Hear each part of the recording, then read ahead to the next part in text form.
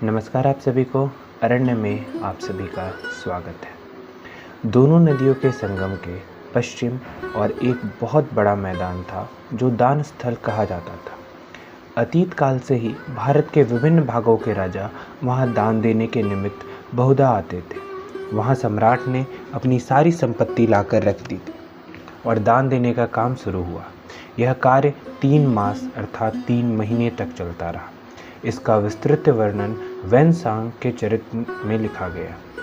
पहले दिन उन्होंने बुद्ध की मूर्ति स्थापित की और प्रथम श्रेणी के रत्न और वस्त्र वितरण किए। दूसरे दिन आदित्य देव अर्थात सूर्य देव की स्थापना हुई और पहले दिन की अपेक्षा आधी मात्रा में रत्न और वस्त्रों का दान हुआ। तीसरे दिन उन्होंने ईश्वर देव की मूर्ति की स्थापना की और दूसरे दिन के समान ही वस्तुओं का दान हुआ। चौथे दिन उन्होंने 10,000 बौद्ध भिक्षुओं को दान दिए। प्रत्येक भिक्षु को सोने के 100 सिक्के, 1 मोती, 1 सूती वस्त्र, अनेक प्रकार के खाद्य, पेय, फूल और सुगंध भेंट किए गए। अगले 20 दिनों तक ब्राह्मणों को दान दिया गया। अगले 10 दिनों तक उन लोगों को भीख दी गई जो दूर दूर से भिक्षा लेने आए थे। अगले महीने गरीबों, अनाथों और असहायों को दान दिए गए। इस समय तक 5 वर्षों में एकत्र संपत्ति समाप्त हो चुकी थी। राज्य की रक्षा के लिए आवश्यक हाथी, घोड़े और सैनिक सामग्रियों के अतिरिक्त कुछ नहीं बचा था।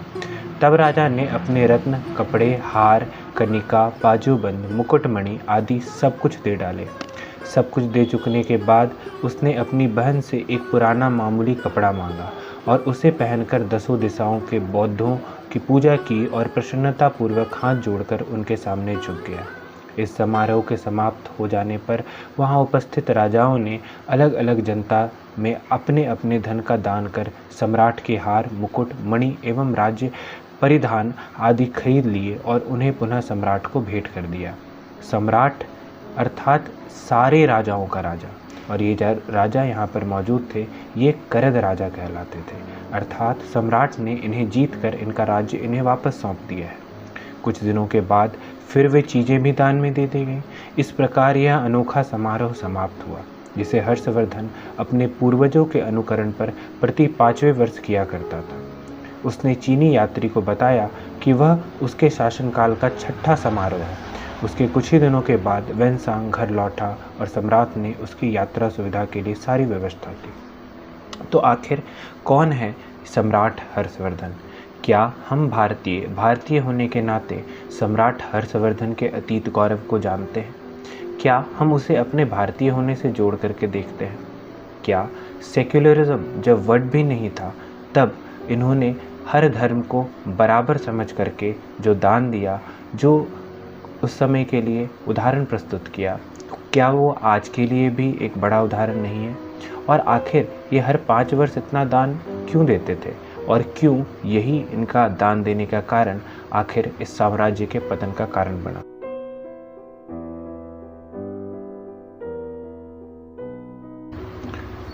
परिवर्ती गुप्त अर्थात अगर आपको पता हो तो भारत में गुप्त साम्राज्य को स्वर्ण के काल को स्वर्णिम काल कहा जाता है।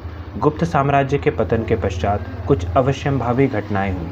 प्रांतों और करद राजाओं ने अपनी स्वतंत्रता घोषित कर दी और सारा उत्तर भारत अनेक छोटी छोटी रियासतों में बंट गया। शासकों की एक लंबी तालिका मिलती है जिनमें एक को छोड़कर से सभी के नाम गुप्तान थे। इसी कारण यह वंश मगध के इतिहास में परिवर्ती गुप्त के नाम से प्रसिद्ध हुआ। राजाओं को अपने पड़ोसी मौखरियों से घोर युद्ध करना पड़ा। मौखरियों का राज्य आधुनिक उत्तर प्रदेश में था और वे तेजी से शक्ति वृद्धि कर रहे थे। उन्होंने मगध का कुछ भाग जीत लिया था तथा उस वंश की एक शाखा गया जिले में भी थी। उनमें से 2 राजाओं ईशानवर्मन और सर्ववर्मन ने अपने को महाराजाधिराज कहा और इस उच्च उपाधि की सार्थकता हेतु उन्होंने विस्तृत क्षेत्र पर विजय प्राप्त की थी। उनके अधीन आंध्र प्रदेश भी था, किंतु मौखरियों के इतिहास की घटना जिसके कारण वे भारतीय इतिहास में स्मरण किए जा सकते हैं, हुणों का प्रतिरोध है जो पुनः भारत में घुस आए थे। पीछे कहा जा चुका है कि सभ्य जगत के ये घोर शत्रु बाढ़ की भांति किसी प्रकार भारत की सुंदर घाटियों और नगरों पर एकाधिकार बार चढ़ आए। उनके अभियानों के क्रमों में जो कुछ हुआ उसका अधिकांश भाग तब से आज तक सभ्यता की परिधि से बाहर चला आ रहा है और वहाँ जंगली जाति योग्य ही रह गया है। बढ़ते हुए हुनों का आतंक किस प्रकार करोड़ों भारतीयों के मन में छा गया था, यह लिखने की अपेक्षा कल्पना करने की अधिक बात है। मौखरी ऐसे संकट के समय में भारतीय सभ्यता के संरक्षक के रूप में उठ खड़े हुए। ईशान वर्मन के नेतृत्व में भारतीयों अपनी घर बार की रक्षा के लिए जी जान से लड़े। दीर्घकालीन घोर युद्ध के पश्चात मौखरी नरेश हुनों को रोकने में सफल हुए और उन्होंने उनके उपद्रवों से पूरी भारत को बचा लिया। वल्लभी भी न केवल शिक्षा और संस्कृति का ही वरन वाणिज्य और व्यापार का भी केंद्र था। क्या आप लोग मैत्रकों के बारे में जानते हैं? मैत्रक लोग 300 वर्षों तक महत्वपूर्ण शक्ति समझे जाते थे। उसके बाद संभवतः सिंध के अरब लुटेरों ने उनको निकाल बाहर किया। थानेश्वर वल्लभी के साथ साथ स्थापित होने वाला एक दूसरा राज्य थानेश्वर का था, जिसने भारत के इतिहास में उससे भी अधिक ख्याति प्राप्त की है। इस वंश के आरंभिक 3 राजा केवल नाम के राजा थे और उनका कोई विशेष महत्व नहीं था। चौथे राजा प्रभाकर वर्धन ने अपने पड़ोसियों को मिटाकर अपने राज्य का विस्तार किया और परम भट्टरक महाराजाधिराज की उपाधि ग्रहण की। उनका प्रभुत्व संभवतः उत्तर पश्चिम में समस्त पंजाब और दक्षिण के मालवा के कुछ भाग तक था। उनके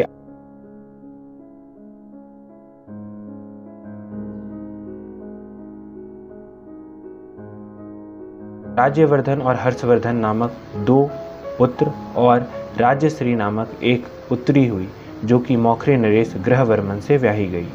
राज्यवर्धन दोनों लड़कों में जेठा था, अर्थात बड़ा था, और उसे ही गद्दी मिली।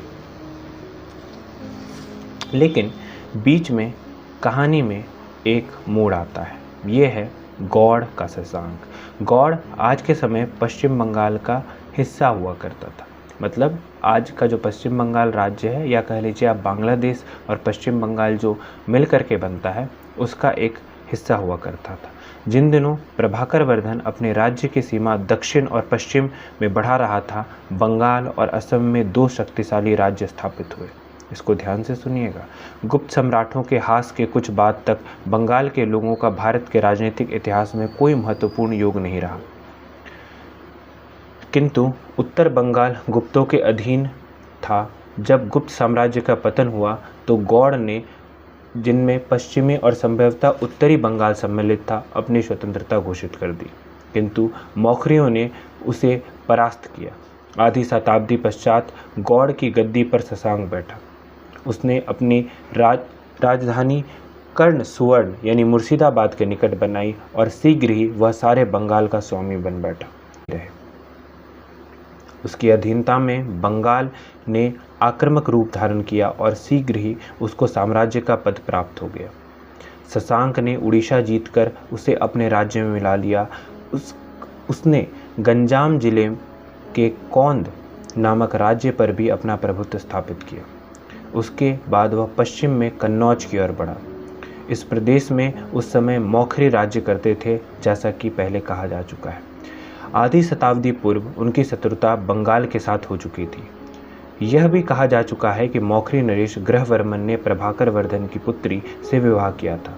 फलस्वरूप उसकी स्थिति काफ़ी मजबूत थी। उसके विरोध में शशांक ने मालवा नरेश से मैत्री की, जो अपने प्रदेश पर आक्रमण करने वाले थानेश्वर नरेश के विरुद्ध एक प्रबल मित्र पाकर अवश्य प्रसन्न हुआ होगा।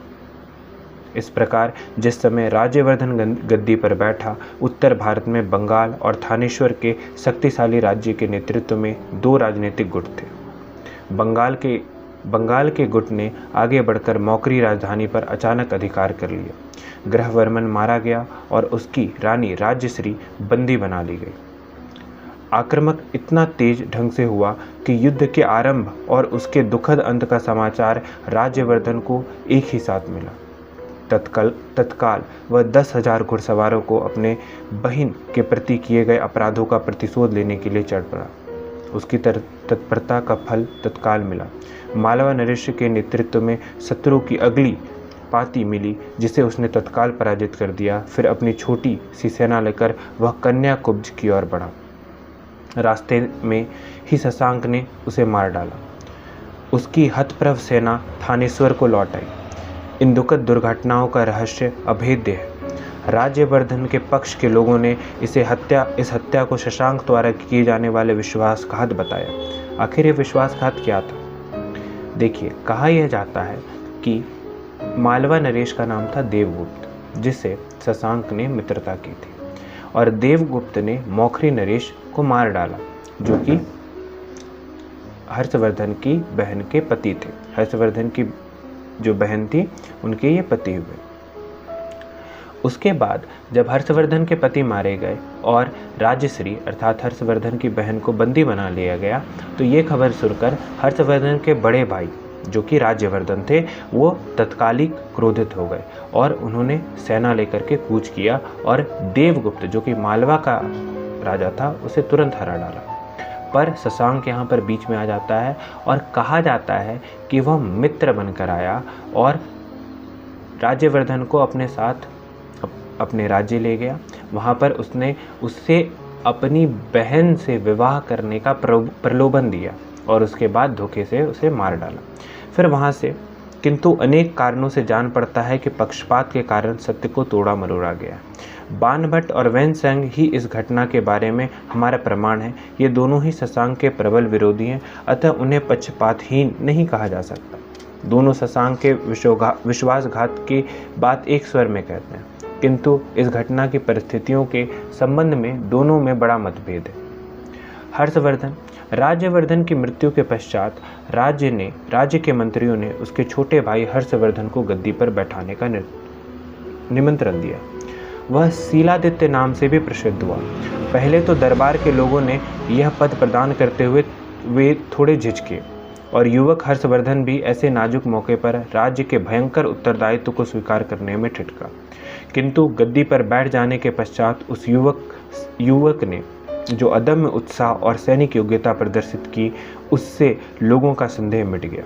उसने शशांक से प्रतिशोध लेने की प्रतिज्ञा की और उसके विरुद्ध एक बड़ी सेना रवाना की। शशांक की बढ़ती हुई शक्ति से भयभीत कामरूप के शासक भास्कर वर्मन ने उससे मैत्री संधि कर ली, किंतु हर्ष का ध्यान सबसे पहले अपनी बहन की ओर था।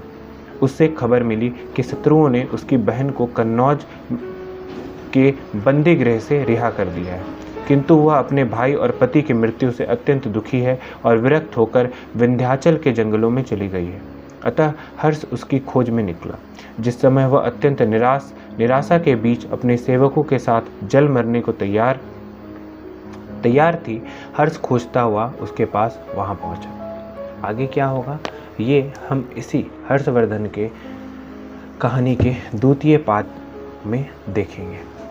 उम्मीद है कि आप इसे सुनकर अपने भारतीय इतिहास के बारे में और रुचि लेंगे और आप इसके बारे में और पढ़ेंगे। धन्यवाद।